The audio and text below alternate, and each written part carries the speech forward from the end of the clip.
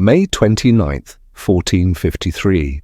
A 21-year-old sultan stands before the greatest walls ever built by human hands. Behind those walls lies the richest city on earth, a city that has stood unconquered for over 1,000 years, a city that has survived 23 sieges, a city that every empire in history has dreamed of conquering.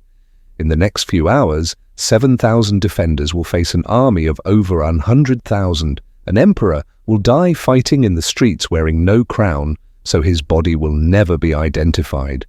And a technological innovation, one that will change warfare forever, will shatter walls that were thought to be indestructible.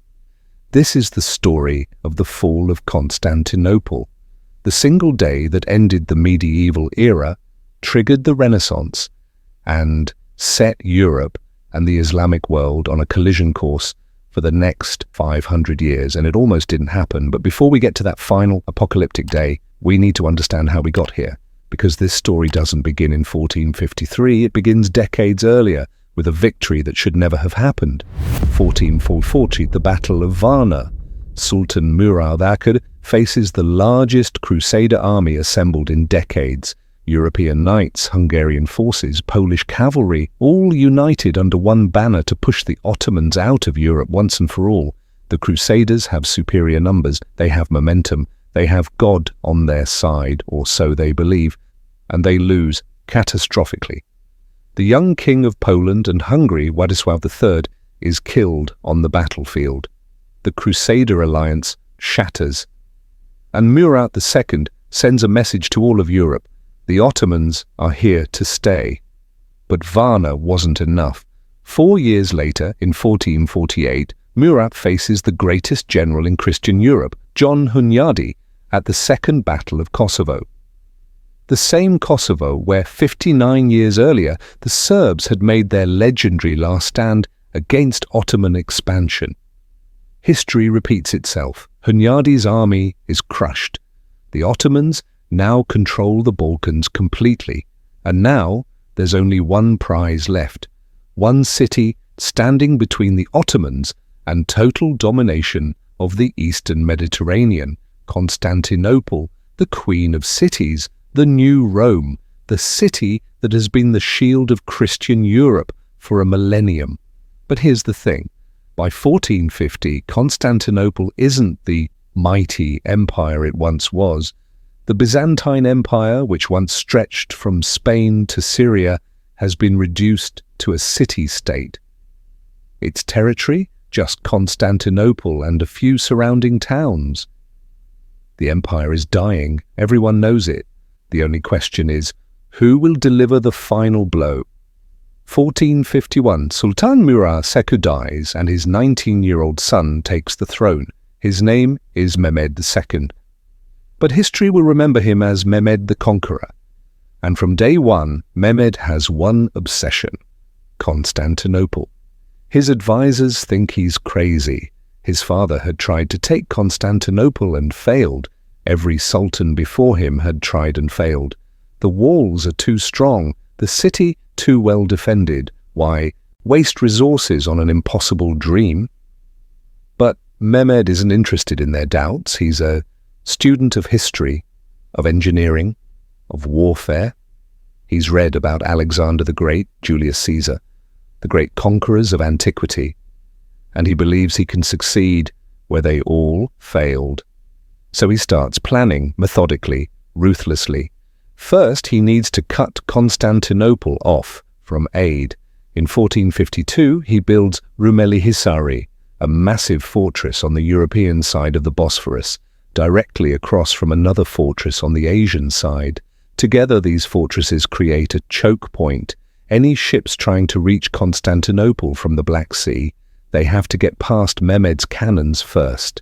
The Byzantines watch in horror as the fortress rises in just 4 months. They send ambassadors to protest. Mehmed ignores them. Then he does something unprecedented. He hires a Hungarian engineer named Urban, who promises to build him the largest cannon the world has ever seen. How large? 27 feet long, firing stone balls that weigh over 200 pounds. So powerful that when it's test-fired, The sound can be heard 10 miles away. The Byzantines hear that test fire from inside Constantinople. They know what it means. The storm is coming. And next, Mehmed secures his borders. He makes peace treaties with Venice, with the Serbian despots, with anyone who might interfere. He doesn't want any distractions. And then in April 1453, he marches on Constantinople with the largest army assembled in Ottoman history, over 100,000 troops, 69 cannons, 126 ships. Against them, Emperor Constantine V has maybe 7,000 defenders, maybe. And most of them aren't professional soldiers. They're citizens who've been given swords and told to defend their homes. The math is simple. This shouldn't even be a contest. But those walls, those legendary Theodosian walls that have stood for 1,000 years, can they hold one more time? April the 6th, 1453, the Ottoman army surrounds Constantinople.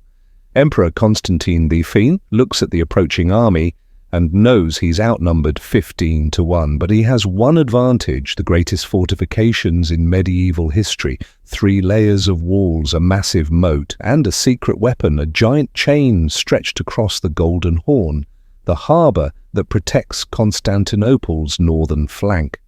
This chain prevents any ships from entering the harbour. As long as it holds, the Ottomans can't attack from all sides. The emperor also has Giovanni Giustiniani, a legendary Italian mercenary commander who's arrived with 700 professional soldiers. Giustiniani takes command of the defence. He's a veteran of dozens of sieges. If anyone can hold these walls, it's him. For weeks the siege grinds on. Mehmed's giant cannons pound the walls day and night.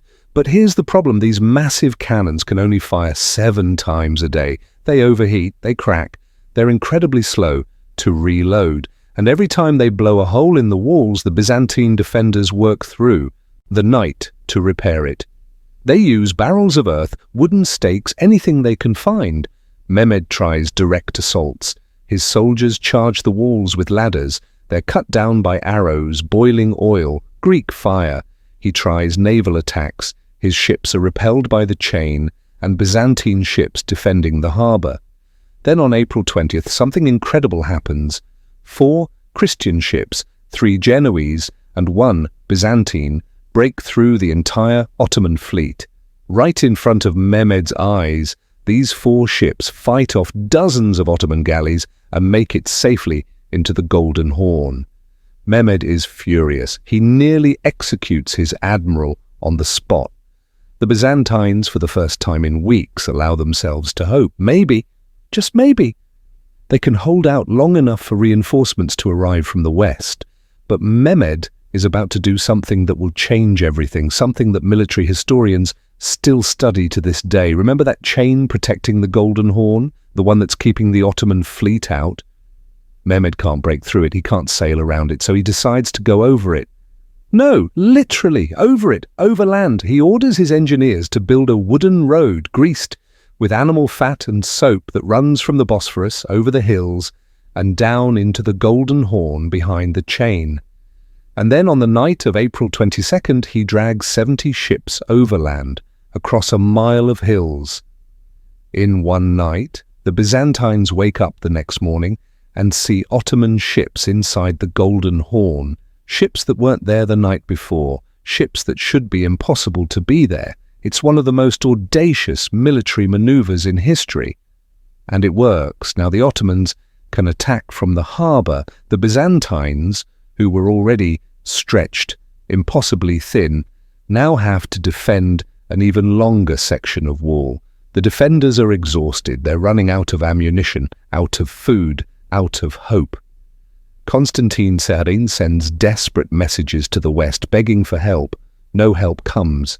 Mehmed offers terms of surrender. Constantine refuses. He knows what happens to cities that surrender to conquerors. They're looted anyway. At least if they fight to the end, they die with honour. May 28th, Mehmed orders one final assault for the next day. He tells his soldiers that if they take the city, they can plunder it for 3 days.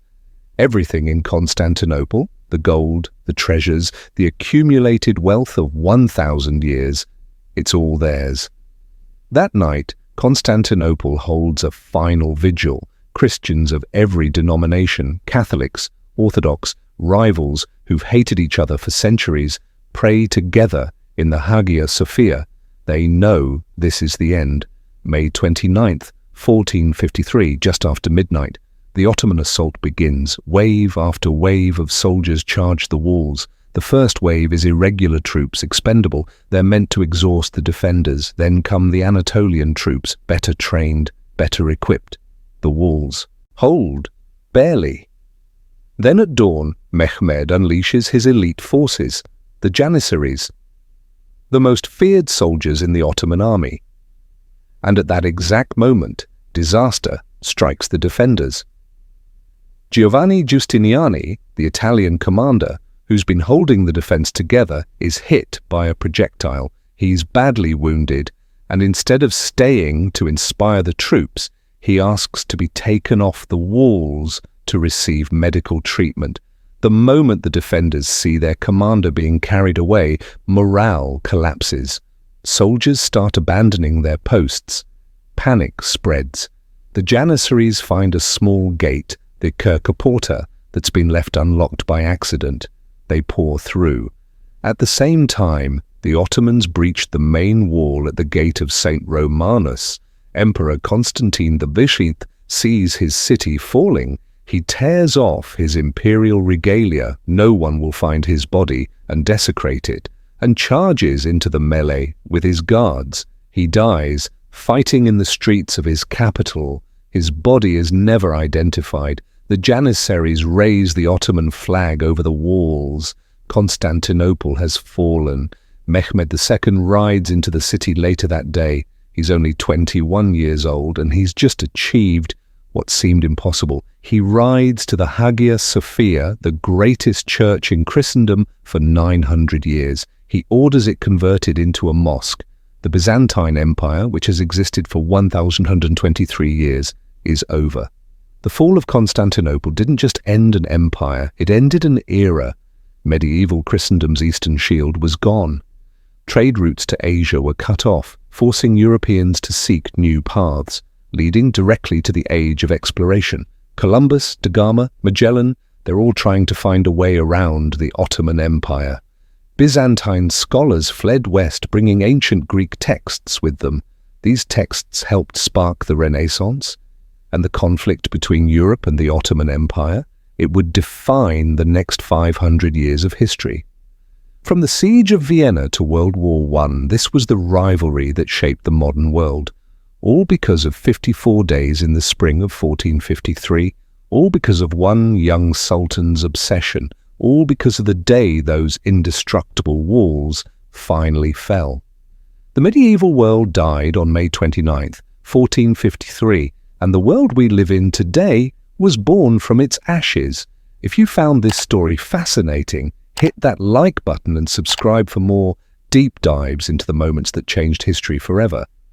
Drop a comment and let me know, what other historical events should I cover next? The Battle of Thermopylae? The Mongol conquests? Let me know below. Thanks for watching, and I'll see you in the next one. Or